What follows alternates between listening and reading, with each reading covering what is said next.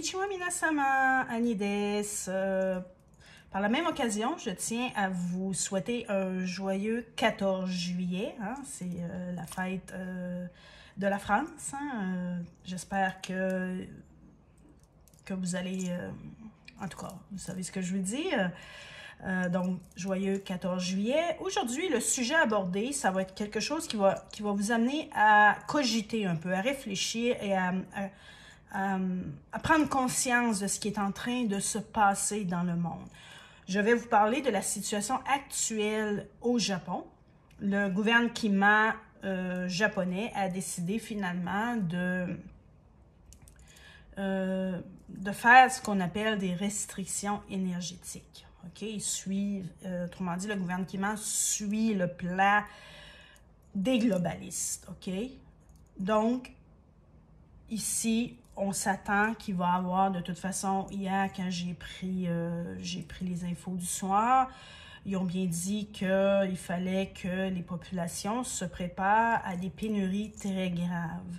Et, autrement dit, c'est comme une économie, si on pourrait dire, de guerre. Ils l'ont bien précisé. Donc, moi, j'avais constaté depuis quelque temps que quand j'allais au supermarché, par exemple, ou que j'allais dans des endroits publics, qu'il y avait beaucoup de lumière, que c'était sombre et qu'ils fermaient des lumières et aussi qu'il faisait très chaud. Normalement, il y avait l'air conditionné, mais qu'ils avaient tout simplement fermé l'air conditionné. Ils avaient tout simplement mis des ventilateurs ordinaires qui servent absolument à rien, hein, qui font juste brasser de l'air chaud, mais que finalement, ça ne va pas forcément vous rafraîchir vraiment. Donc, dans un supermarché, imaginez, là, normalement, c'est de la nourriture. Il devrait avoir une température constante, fraîche, pour empêcher que, même si c'est pas de la viande, que c'est pas des aliments périssables, il peut quand même se former des moisissures à l'intérieur des emballages. Donc, si c'est trop chaud, si c'est humide, c'est pas bon, même pour ce qu'on dit qui est non périssable. Et quand on approche des comptoirs de viande, bien entendu, il y a une clim qui fonctionne, les frigos fonctionnent, bien entendu, mais ils ont quand même aussi réduit la température et on voit vraiment que c'est le strict minimum ou ce que c'est les aliments périssables. Donc, il y a de quoi se poser des questions. Moi, j'ai peur que probablement, il faut comprendre que le Japon, c'est très chaud, il fait très chaud, surtout l'été. Et je pense qu'il risque d'avoir, bien entendu, des intoxications alimentaires parce que la température n'est pas, on pourrait dire, dans les normes, surtout quand il s'agit de viande ou de poisson ou bon, d'aliments périssables. Il y a des bouffées de chaleur, c'est comme un peu un vent chaud, même si, comme je vous dis, les frigos fonctionnent. Il y a une clim qui fonctionne autour, mais c'est pas assez parce qu'il y a comme une espèce de vent chaud qui provient du reste des rayons qui ont carrément coupé la clim et qui ont décidé d'ouvrir des fenêtres ou bon des trucs pour faire entrer l'air très chaud de l'extérieur à l'intérieur du supermarché. Donc, on se promène et on voit constamment des vagues, tu sais, du vent chaud qui circule.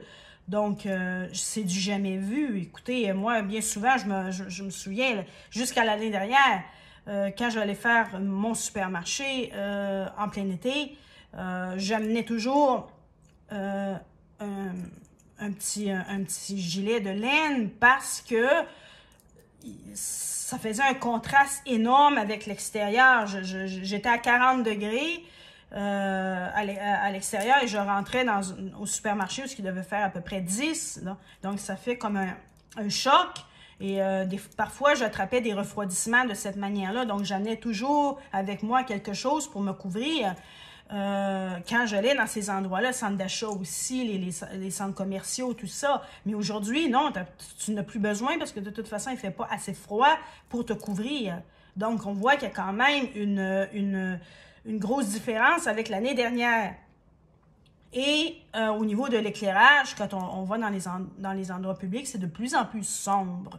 Même que parfois, je me demande, les personnes plus âgées qui ont de la difficulté avec leurs yeux, ça doit être assez pénible parce que j'étais dans une pharmacie et dans la pharmacie, il y avait juste gardé les allées centrales étaient éclairées, mais dans les côtés, il n'y avait pas d'éclairage. Et à un moment donné, là, vraiment, là, je me disais, ça va quasiment me prendre une lampe de poche parce que ça n'a pas d'allure, là, c'est trop sombre. Parce que l'éclairage du milieu n'arrivait pas à vraiment diffuser un éclairage vraiment uniforme. Donc, quand on allait dans les côtés, si on cherchait certains produits, c'était souvent des produits, disons, genre, bon, une serviette hygiénique, bon, des trucs comme ça. Bon, ces allées-là, ben, ils étaient quasiment plongés dans la noirceur. Puis là, ben, il fallait vraiment, ben, on voyait pas bien, là. C'est assez spécial. Moi, c'est du jamais vu. Je sais pas si vous, en France, ils ont fait ça. Ils font ça, j'en ai pas la moindre idée, je ne sais pas non plus au Canada. Comme je dis, j'ai pas trop de contact avec ni avec l'extérieur vraiment, donc je ne sais pas trop à qui m'informer par rapport à ça. Mais je ne sais pas si au Canada ou en France, ils ont aussi décidé de couper au niveau de la clim et tout ça. Là c'est sûr qu'ils vont avec les commerces, les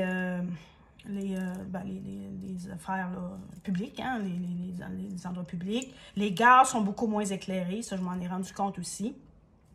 Ils n'ont pas le choix de garder un minimum d'éclairage parce que c'est une gare, on est bien d'accord, mais je vois que la luminosité elle est beaucoup plus faible.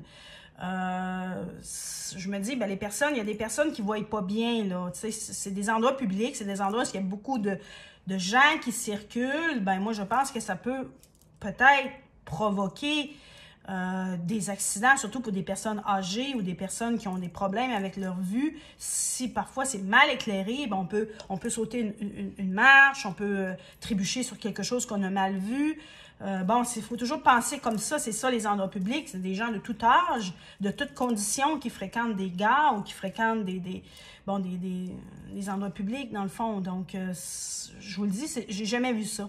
C'est vraiment la première fois, mais là, je vois qu'est-ce qui est en train de se tramer, OK? Après le pass sanitaire, hein, qui visait la santé, ben là, on va basculer dans le pass énergétique. Donc, ils nous ont dit hier aux informations, c'est toujours à cause du pays aux deux couleurs, vous savez ce que je veux dire, la guéguerre là-bas, là, hein? C'est toujours en relation avec ça. Mais pourquoi que le peuple est obligé le peuple japonais ou le peuple français, le peuple canadien sont obligés de payer les pots cassés de tout ça? C'est pas de nos affaires. Moi, j'en ai rien à foutre de ça. Puis de toute façon, qui s'est soucié de la Syrie? Qui se soucie du Yémen? Qui se soucie de tous ces pays-là qui sont en guerre? Puis qu'on n'a jamais levé le petit doigt pour eux? Puis qu'on n'a jamais boycotté l'Arabie Saoudite? Ben là, pourquoi, là? C'est quoi, là? On voit bien qu'il y a quelque chose, ça n'a ni queue ni tête. Sinon, ben là, c'est du raciste, là. C'est quoi, là? Pourquoi que ce pays-là a deux couleurs, a plus de valeur, qu'on sera obligé de faire des sacrifices pour ce pays-là, alors qu'on n'a jamais fait pour la Syrie, mais on n'a jamais fait pour le Yémen, puis tous les pays africains qui sont présentement en guerre? Ben là, à un moment donné, là, les moutons qui continuent à brouter tranquillement dans leur pré, là, puis qui pensent que, oh non, il n'y a pas de problème, tout va bien, ben ces moutons-là, il faudra peut-être qu'un jour qu'ils se réveillent. Parce que là, la guerre, c'est pas une invention d'aujourd'hui, là. Il y en a tout le temps eu, puis il y en aura toujours, malheureusement, jusqu'à ce que l'humain décide de sortir de ce schéma-là, puis qui décide de foutre à la porte les élites qui nous dirigent depuis, les mêmes familles d'élites qui nous dirigent depuis des centaines et des centaines d'années. Parce que c'est toujours les mêmes familles qui se reproduisent ensemble. Il y en a quelques-unes. Je ne les nommerai pas ici. Parce que je n'ai pas envie de me faire striker ma chaîne. Mais je pense que les gens qui m'écoutent ici sont assez intelligents pour savoir de quoi je parle. Donc, ça fait des centaines d'années que c'est ces familles-là et les proches de ces familles-là qui ont des contacts, qui ont été choisis Vous savez, Billy the Kid, là, puis tout ça, là, ils ne sont peut-être pas du même sang, mais ils ont été choisis, ces familles-là ont été choisies par ces familles-là. Donc, ça fait des centaines d'années que ces familles-là dirigent l'humanité entière. Donc, si on veut se sortir de ce schéma-là, il n'y a pas 56 solutions. Il n'y en a pas 56. Il faut traduire en justice, arrêter, mettre hors d'état de nuire ces familles-là. Il n'y en a pas d'autres solutions. Mais là, les moutons continuent à brouter broutent dans les prés, puis ils disent non, il n'y a pas de problème, il n'y a pas de problème. Réchauffement climatique, ci et ça, alors que, voyons, on sait très bien. On sait très bien qu'il y en a toujours eu des réchauffements climatiques. Il y en a toujours eu. Il y a toujours eu des bouleversements. Il suffit de remonter dans l'histoire pour le savoir.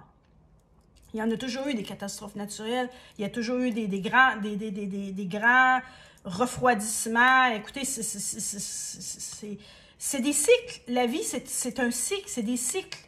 Donc, on voit bien qu'ils sont en train de nous manipuler avec ça. Ils sont en train de nous manipuler avec ça. Puis, ils veulent, autrement dit, créer un chaos pour façonner le monde comme eux, ils veulent qu'il soit. Puis ça fait des centaines d'années que ce plan-là a déjà été. Ça fait des centaines d'années. Donc, écoutez, pour essayer de comprendre, c'est sûr qu'il faut essayer, il faut prendre le temps de s'asseoir et de respirer, de relaxer et d'essayer d'analyser, de voir, de prendre conscience de toutes les incohérences qui se passent actuellement dans le monde. Et que tout ça, c'est une suite. Parce que c'est bizarre. Moi, je ne crois pas au hasard, je n'ai jamais cru aux coïncidences. Encore moins ce qui a rapport avec la gouvernance des pays, avec autrement dit, les élites. Je ne crois pas du tout aux coïncidences dans ce cas-là. On voit bien que tout est coordonné. C'est toute une coordination qui suit son cours, étape par étape. Ça a commencé avec le coco loco. Il fallait bien que ça commence à quelque part. La peur. Ils ont utilisé la peur pour pouvoir soumettre le plus possible de gens dans cette aventure-là. Et malheureusement, il y en a beaucoup qui ont décidé de suivre. Moi, non. Dès le début, j'ai toujours refusé de suivre ça. J'ai toujours refusé de céder à la peur. Au début, comme tout le monde, je me posais des questions parce que ça peut toujours arriver qu'il y ait une nouvelle maladie qui émerge. Bon, ça peut arriver. Mais je me suis bien rendu compte que finalement, c'était pas plus dangereux que la grippe classique, quoi. Donc, ça ne m'a pas empêché de dormir. Et je me suis pas ruée pour aller chercher une pic-pic. Je ne l'ai toujours pas. Et j'ai été obligée de mettre en veilleuse un travail à temps partiel que j'avais pour justement améliorer mes fins de mois. Ben, le patron, ben, lui, voulait que tous les employés soient pic-pic. Et moi, j'ai dit, ben, j'ai pas de preuve de pic-pic à vous fournir. Et j'ai pas envie non plus d'en fournir. Donc, il m'a demandé de partir, tout simplement, qu'il allait trouver quelqu'un d'autre. Donc, c'est sûr, j'ai toujours mon emploi principal, mais c'est sûr que ça fait quand même un trou dans le budget. Mais bon, c'est des choix que j'ai faits, j'assume, je l'admets. Mais bon, c'est quand même hallucinant. C'est du jamais vu, surtout que quand tu ne travailles pas dans le domaine médical, tu n'es pas dans le domaine médical, là, je peux peut-être comprendre que des fois, dans le domaine médical, ils peuvent peut-être exiger certaines choses, même si moi, je ne suis pas vraiment d'accord avec ça, parce que s'il y a des personnes qui ont des croyances religieuses, qui ont quand on sait la fabrication des ingrédients qui rentrent à l'intérieur de tout ça, ben, il y a des choses qu'on a le droit de refuser d'absorber. OK? Donc, il y a les végans aussi, il y a des personnes qui ne veulent pas avoir rien qui est de dérivé animal. C'est une croyance. C'est quelque chose qu'on doit respecter. Donc, si on impose de force quelque chose à quelqu'un qui va à l'encontre de ses croyances, de ses valeurs, ben, je m'excuse, mais c'est contre les droits la Charte des droits et libertés de l'homme. C'est tout simplement inadmissible. Donc, mais qui aurait dit qu'un jour, des gens auraient été obligés de se faire merdouiller pour pouvoir conserver un emploi qui n'est même pas dans le domaine médical. Donc, c'est quand même assez hallucinant comment il y a de gens aussi dans la restauration qui ont été suspendus. Ici, il y a beaucoup de gens dans la restauration qui ont perdu également leur emploi parce que la restauration, c'est un domaine où tu travailles en contact avec le public, hein, un contact direct avec le public. Donc, la majorité des patrons, des propriétaires de restaurants, obligent la picouse pour les employés dans les restaurants. Donc, beaucoup de gens dans la restauration, puis pourtant, ils en demandent. Ils n'arrêtent pas de chouiner qu'il manque de personnel dans les restaurants, mais ils n'arrêtent pas d'en mettre à pied. Ils disent qu'il manque d'enseignants, mais ils congédisent des enseignants parce qu'il y a certains enseignants qui ne veulent pas se faire merdouiller. Donc, voilà l'incohérence. Donc, je me dis, c'est pas des domaines, la restauration, l'enseignement, c'est pas des domaines médicaux. Je vois pas pourquoi qu'ils imposeraient une merdouille pour un employé de restaurant ou pour un enseignant. C'est du non-sens. Donc, on traverse vraiment un monde, on est vraiment dans un monde surréaliste. Ce qui se passe présentement n'est pas normal. On voit qu'ils mettent le paquet et qu'ils veulent accélérer leur plan. Maintenant, ce qui se passe au Japon, c'est tout simplement la suite. C'est bizarre, hein, parce qu'il y a eu le fameux sommet là, dernièrement et le premier ministre japonais est revenu au pays et soudainement, là, ils ont commencé à faire les restrictions. Maintenant, on déménage au Sri Lanka. Ce qui se passe actuellement au Sri Lanka, c'est vraiment quelque chose qui peut nous donner un peu d'espoir. Ce peuple-là a décidé qu'il en avait marre de l'agenda 2030. Autrement dit, qu'il n'en voulait pas de ça. Parce que le Sri Lanka, ça fait quand même un bout de temps qu'ils sont dans des restrictions énergétiques. Ça n'a rien à voir avec le Coco Loco. Quoi qu'ils l'ont eu avec le Coco Loco aussi, mais bon, là, ils ont laissé tomber le Coco Loco. Mais ils se sont tournés vers, autrement dit, ce qui avait rapport avec les restrictions énergétiques, dont le pétrole, le gaz, tout ça, les gens ne pouvaient pas... il y avait, autrement dit, il y avait un confinement énergétique. Donc, les gens ne pouvaient pas sortir parce qu'ils ne pouvaient pas s'acheter de toute façon, ils ne pouvaient pas remplir la voiture. Donc, il n'y avait pas d'essence. Donc, les gens étaient obligés de rester à la maison, travailler à la maison, se faire livrer, utiliser le vélo, mais ils ne pouvaient pas, autrement dit, utiliser la voiture, ils ne pouvaient pas sortir, il y avait plein de commerces qui étaient fermés, tout ça, puis pourtant, ça n'avait rien à voir avec le sanitaire, là. Donc, je pense que le Sri Lanka a servi de laboratoire d'ingénierie sociale pour voir comment la population réagirait face à ce genre de situation-là. La France, le Canada, l'Australie, la Nouvelle-Zélande, l'Italie, tout ça c'est des pays qui ont servi aussi de labo pour de l'ingénierie sociale au niveau du Coco Loco. Ici, au Japon, ça n'a pas été aussi strict que vous, au Canada puis en France. Néanmoins, j'ai l'impression que le Japon décide de s'aligner vers une espèce de dictature énergétique. Parce que d'ailleurs, de toute façon, le Japon a une carte en sa faveur. C'est que le Japon est dépendant de tout le monde. Le Japon ne produit rien au niveau énergie. Il n'a aucune ressource naturelle. Donc, il est obligé d'acheter tout, à partir du charbon, l'uranium, le gaz liquéfié, le pétrole, tout doit être acheté des pays étrangers. La Russie était un des fournisseurs principaux du Japon pour l'uranium, le gaz liquéfié, le pétrole. Donc, en coupant les ponts avec la Russie, le Japon se met dans une situation assez, je pourrais dire, dramatique. Et j'ai bien peur que ça puisse arriver, qu'ici, on ait cette fois-ci des confinements, mais des confinements non sanitaires, mais un peu comme au Sri Lanka. C'est en train de s'aligner de cette manière-là. C'est pour ça aussi que les médias ne parlent pas de ce qui se passe actuellement au Sri Lanka et qu'on est obligé d'aller vers les médias alternatifs, vers les lanceurs d'alerte pour voir exactement qu'est-ce qui se passe au Sri Lanka. Parce que quand on regarde les infos du soir, ils n'en parlent pas. D'ailleurs, ils ne parlent pas non plus de ce qui se passe en Hollande. Non. Ils vont parler d'un chat écrasé. Hein? Ça, ils vont en parler. Ouais, j'exagère un peu, mais bon, je veux dire, les faits divers, on n'en a rien à foutre, OK?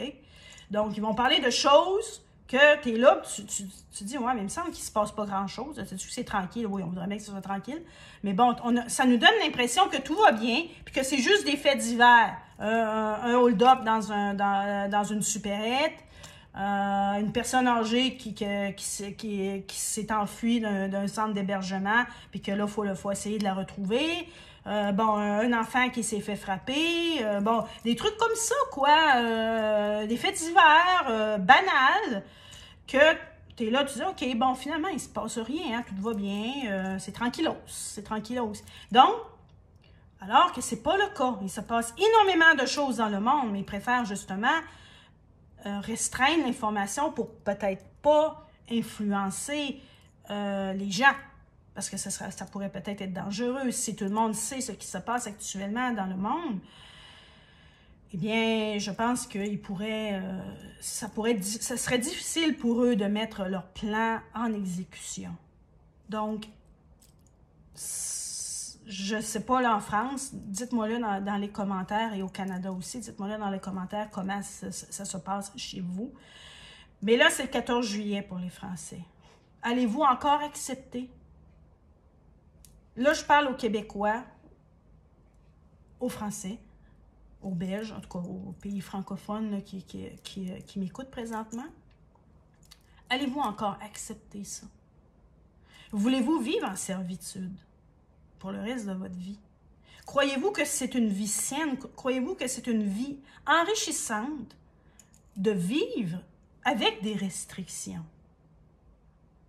Trouvez-vous ça enrichissant? Vivre pour vivre, c'est quoi? Ben, dites-moi-le. C'est quoi? Moi, ce que je veux, c'est une vie libre. C'est une vie où on punit bien sûr les criminels, les gens qui font des mauvaises choses, mais le commun des mortels, là, on n'a pas à payer pour des élites qui ont fait des conneries. C'est pas de nos affaires. Ce qui se passe dans le pays à deux couleurs, c'est pas de nos affaires. D'ailleurs, comme je disais, qui s'est soucié du Yémen? Qui s'est soucié de la Syrie? Puis de tous les pays en Afrique là, qui s'entretuent? Personne. On n'a jamais demandé aucune restriction énergétique à cause de ce qui se passe au Yémen ou en Syrie. Donc, pourquoi que là, on le ferait? Vous voyez, c'est ça. Mais là, c'est ça, ils veulent accélérer. Le Coco Loco a servi, autrement dit, d'expérience. Ils ont voulu tester la population. Comme la population s'est vite soumise, puis que les seuls qui ne voulaient pas se soumettre ont été mis au banc de la société, ben eux, ça leur a donné un peu le tempo. Ils ont dit, OK, la majorité des gens se soumettent. Donc, on va passer à l'étape 2. Qui est le contrôle total de nos vies. Que ça peut aller jusque dans notre vie privée. Parce que ça, c'est pas une blague, là. Je me souviens plus quel pays, là, mais en tout cas, il y avait un pays, là, autrement dit, qui disait qu'il fallait pas, autrement dit, avoir des relations sexuelles avec son conjoint. En tout cas, je me souviens plus, là. C'est pas en Australie ou tout ça, là. En tout cas, il y avait une affaire, là, ça avait vraiment ni queue ni tête. Pendant le Coco Loco, là. Donc, mais tu sais, je me dis comment ils peuvent savoir.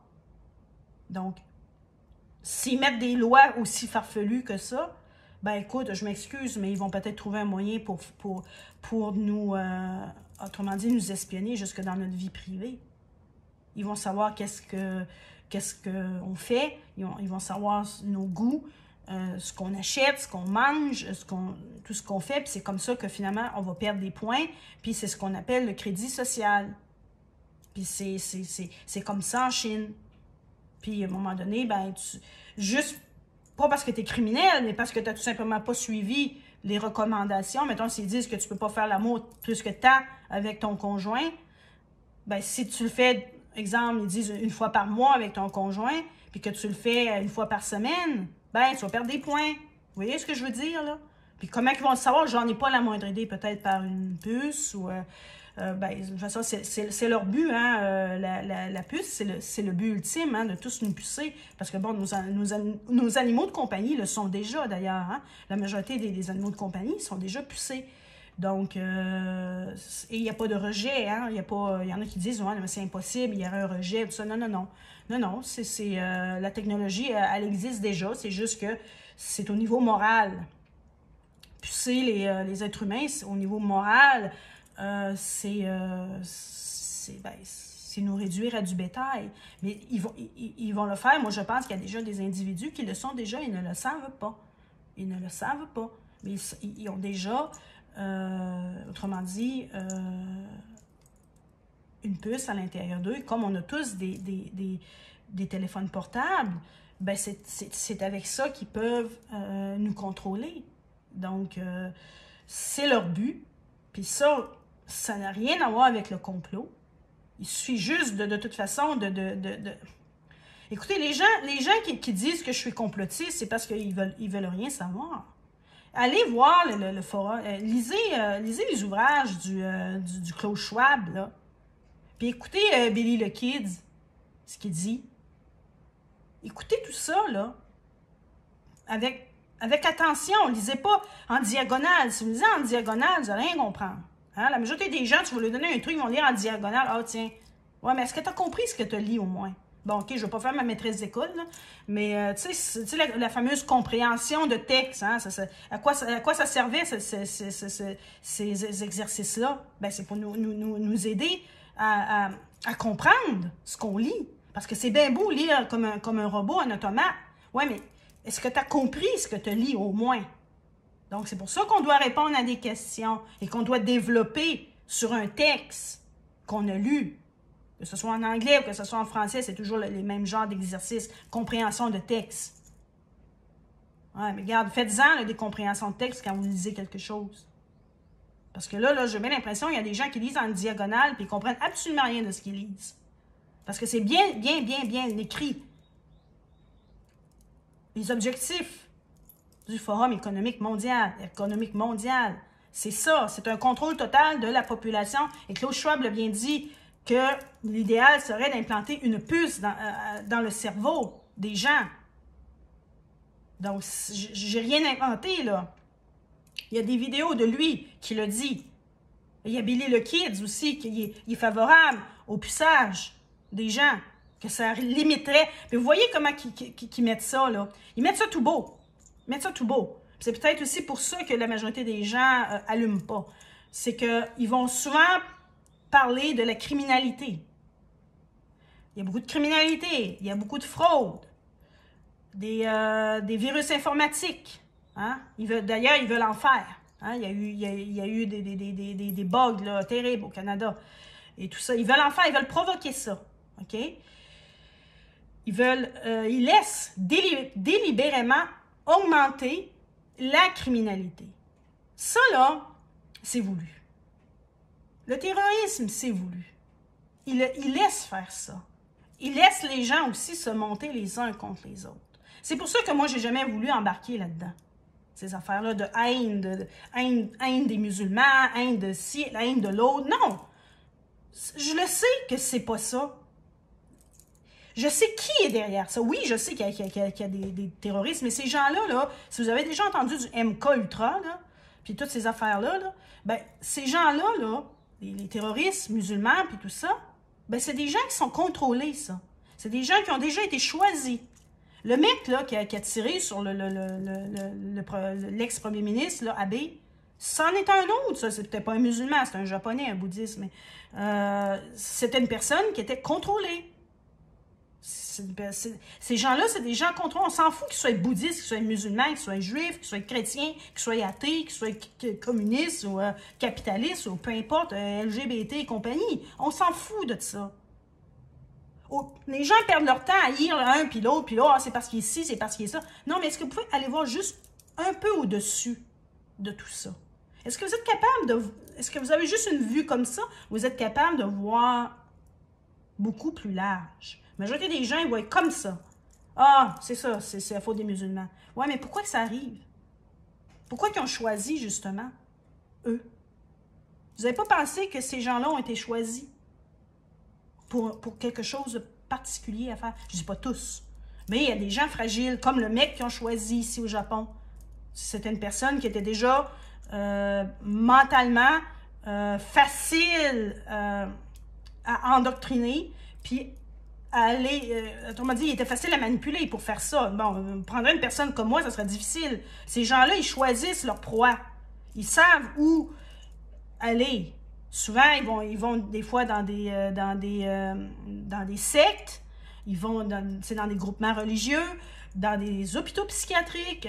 Documentez-vous sur le MK Ultra et ces affaires-là qu'ils font. Vous allez comprendre un peu comment que ça fonctionne, toutes ces affaires-là. Vous allez arrêter de voir comme ça. Puis le jour que les moutons vont se réveiller, puis qu'ils vont comprendre la réalité, la vérité, ils verront jamais la vie comme elle est présentement. Puis c'est sûr qu'ils vont être déçus. C'est sûr qu'il y en a beaucoup qui vont être désorientés. Mais quand ils vont comprendre la source ultime de tous les problèmes qu'on vit, quand ils vont enfin comprendre que la criminalité, la drogue, le terrorisme, l'immigration massive, tout ça, quand ils vont comprendre que c'est voulu pour un but précis, ben là, ils vont changer de cible. Ils vont changer de cible, puis les choses vont changer. Mais là, les gens se concentrent sur... Ils focalisent sur un truc. Alors que c'est le chien qui se mord la queue. On tourne en rond si on fait ça. C'est pour ça que moi, je n'embarque pas vraiment là-dedans, ces affaires-là. Parce que je sais qui est au-dessus. Puis moi, je me focalise sur qui est au-dessus. Je me focalise pas sur ce qui est en bas. Parce que ça va me donner quoi? Ça va faire tourner en rond, puis c'est tout. Finalement, on n'aboutit absolument à rien. Donc, le but ultime, c'est le puçage. En laissant délibérément toutes les pires bassesses inimaginables se produire en toute impunité. Pourquoi vous savez qu'ils laissent faire aussi pour les enfants? Hein? Vous savez, les trucs là, dégueulasses avec les enfants. Pourquoi qu'ils laissent faire ça? Puis la plupart sont même pas inquiétés trop. Il y en emprisonne une couple, là, mais bon, la plupart peuvent circuler en liberté. Puis il y a même des groupes, hein, j'ai vu ça, qu'il y avait des groupes qui disaient que ça pouvait... qui militent pour que ça soit reconnu comme une orientation sexuelle. Donc, vous voyez ce que je veux dire? Donc, on laisse proliférer la merde, les cochonneries, les choses pas très belles, pas très jolies. On laisse proliférer tout le radicalisme, bon, ces affaires-là, parce que ça sert à l'élite. Et les gens se dressent les uns contre les autres, s'entretuent les uns contre les autres. Vous avez vu les non-picousés, les picousés qui s'entretuaient quasiment entre eux, qui saillissaient. Pendant que les moutons se font leurs petites conneries de basse-cour comme ça, mais eux autres, les élites, là, ils disent « OK, super, on a réussi. On a réussi. On occupe les moutons, là, mais nous autres, on fait le grand boulot, nous autres. Hein? Fait que c'est ça. Ils vont laisser proliférer la criminalité, le terrorisme, les fraudes, les attaques informatiques, tout ça, pour dire, ben, vous voyez, bon, l'argent, le vrai argent, on ne peut plus en avoir, c'est pas sécuritaire, les cartes de crédit, c'est pas sécuritaire, bon, des trucs comme ça, il faut passer au tout numérique, et pour que ça fonctionne, ben, vous devez être pucé.